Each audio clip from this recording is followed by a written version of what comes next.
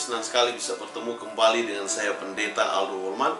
Dan hari ini saya mau berbicara tentang bagaimana Allah menyatakan dirinya lewat fisiknya.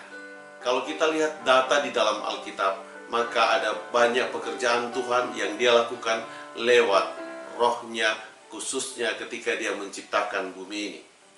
Tetapi apakah Allah itu hanya bekerja dengan rohnya? Tetapi apakah perbuatan Allah itu hanya dapat kita lihat dengan rohnya?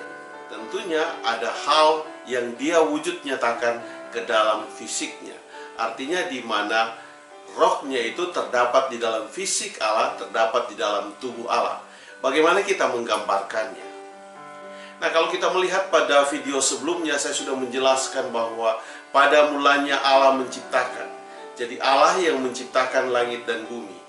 Allah yang menciptakan langit dan bumi itu memiliki rohnya, di mana rohnya itu berada pada ayat yang kedua menerangkan bahwa bumi belum berbentuk dan kosong, gelap gulita menutupi samudra raya, dan roh Allah melayang-layang di atas permukaan air.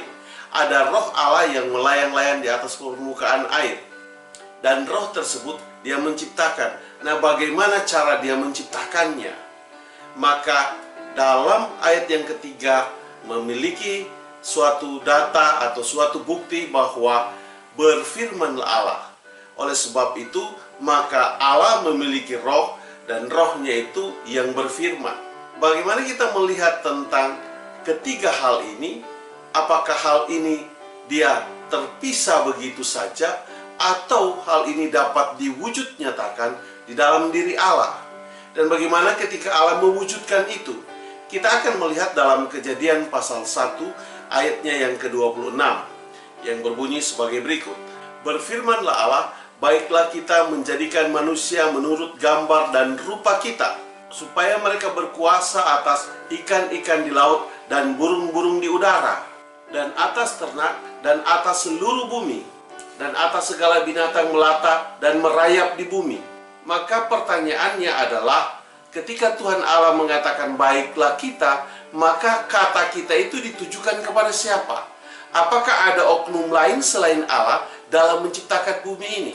Kalau ada oknum lain yang terlibat menciptakan selain Allah, maka pertanyaan siapakah itu? Maka untuk menyatakan itu, untuk membuktikan itu, maka di dalam buku Kejadian ini diungkapkan siapa sebenarnya atau ditujukan kepada siapa kata kita di dalamnya. Kalau kita lihat sesuai data yang ada di dalam Alkitab Kejadian pasal 1 ini, karena ini adalah awal pertama Allah menyatakan dirinya di dunia ini, dan Dia bekerja lewat roh dan firman-Nya, maka yang harus kita temukan sesuai data yang ada, sesuai data yang tersedia. Kalau kita melihat dari data yang ada di dalam Alkitab, maka pertanyaannya, kepada siapa kata kita yang dimaksudkan tersebut? Apakah ada oknum lain yang terlibat dalam menciptakan, atau hanya benar-benar Allah sendiri yang menciptakan? Dan untuk membuktikannya, Alkitab itu sendiri yang akan membuktikan kepada kita sesuai dengan kejadian atau sesuai dengan kronologi yang terjadi di dalam kitab Kejadian ini, khusus pada waktu Allah menciptakannya. Kita harus tahu bersama, pada waktu Allah menciptakan pertama kali, dalam ayatnya yang pertama, Dia mengatakan pada mulanya Allah. Berarti di situ sudah ada Allah. Dan kemudian pada ayat yang kedua dikatakan roh Allah melayang-layang di atas permukaan air. Maka sudah ada roh, sudah ada Allah dan ada roh. Dan pada ayat yang ketiga Dia katakan berfirmanlah Allah. Maka kata kita itu ditujukan kepada Allah itu sendiri, kepada roh itu sendiri, dan kepada firman itu sendiri. Kenapa? Karena Allah, roh, dan firman ini akan menyatu di dalam diri Allah, di dalam fisik Allah. Itulah sebabnya Dia mengatakan baiklah kita. Nah, kata kita ini ditujukan bukan kepada siapa-siapa, tetapi kata kita ini ditujukan kepada apa yang terlibat di dalam kitab Kejadian ini pada waktu Allah menciptakan itu. Maka pertanyaannya kembali, untuk apa kata kita itu ditujukan? Maka kata kita itu ditujukan adalah bagaimana Allah menunjukkan keberadaan fisiknya. Dan ketika Allah menunjukkan keberadaan fisiknya, maka semua itu menyatu di dalam diri Allah, yaitu Allah itu sendiri, dan roh itu sendiri, dan firman itu sendiri. Oleh sebab itu saudara-saudaraku, ketika kita melihat data ini, maka kita tahu bersama bahwa Allah itu mau menciptakan manusia. Dan manusia yang dia ciptakan itu adalah menurut gambar dan rupanya. Maka kalau menurut gambar dan rupanya, roh itu tidak bisa digambarkan. Karena roh itu tidak kelihatan. Begitu juga firman. Firman itu adalah suara, adalah perkataan. Maka perkataan itu tidak bisa digambarkan. Tidak ada gambarnya di situ. Demikian halnya dengan roh, tidak ada gambarnya di situ. Maka ketika dia bilang baiklah kita, maka itu adalah pernyataan ke dalam fisiknya Allah. Karena yang hanya bisa digambarkan atau yang dapat digambarkan menurut gambar dan rupa Allah, itu adalah tubuh nampak secara fisik. Dan ketika nampak secara fisik, maka gambaran secara utuh kehidupan Allah, tubuh Allah dapat dilihat. Dan ketika kita sampai kepada ayat ini, maka kita repot mencari siapa sebenarnya kata kita ini. Alkitab menjelaskan bahwa keberadaan kita ini adalah di mana Allah mau menunjukkan fisiknya. Fisik itu yang memiliki gambar, roh itu tidak memiliki gambar. Dan oleh sebab itu saudara-saudaraku, Alkitab ini cukup jelas menginformasikan kepada kita. Dan dengan demikian, karena berada di situ kata kita, mulai kita berspekulasi untuk mencari siapa sebenarnya kata kita itu. Dan dengan demikian, karena tercantum kata kita di sana, maka mulai mencari siapa sebenarnya yang terlibat di dalam kata kita itu, atau oknum siapa yang terlibat di dalam menciptakan langit dan bumi ini. Padahal Allah sudah mengatakan bahwa pada mulanya Allah, hanya Allah. Dan di dalam ayat 26 ini ada kenyataan yang bisa kita lihat, yaitu menurut gambar dan rupa Allah. Jadi menurut gambar dan rupa Allah, bukan rupa siapa-siapa, bukan gambar siapa-siapa. Dan karenanya, kalau kita melihat bahwa gambar dan rupa Allah, maka Allah itu tampak secara fisik. Dan karena secara fisik, maka dapat terlihat rupanya dan dapat terlihat gambarnya. Dan kepada siapa ditujukan itu adalah kepada Allah itu sendiri. Kenapa? Karena roh itu tidak memiliki fisik. Firman itu tidak memiliki fisik. Dan ketika berbicara tentang gambar dan rupa, maka memiliki fisik. Fisik yang mana? Adalah fisik pada mulanya Allah, roh itu dan firman itu bersatu di dalam diri Allah. Allah yang memulai pada mulanya menciptakan langit dan bumi ini, dan roh Allah dan firman Allah itu menjadi satu kesatuan yang utuh ketika dia berbicara kepada gambar dan rupa Allah. Dan oleh sebab itu saya mau katakan kepada kita semua adalah Alkitab yang menjadi rujukan kita untuk melihat, membuktikan siapa Allah itu sebenarnya. Dan Alkitab itu dapat memberikan informasi kepada kita. Dan bagaimana menguraikan itu, maka Allah itu sendiri yang memperkenalkannya, Allah itu sendiri yang menyatakannya, dan Allah itu sendiri yang membuktikannya. Bukan kita yang mau mencari pembuktian, tetapi Allah sendiri yang sudah membuktikannya, bahwa dia pada mulanya, dan kemudian roh Allah dan firman-Nya.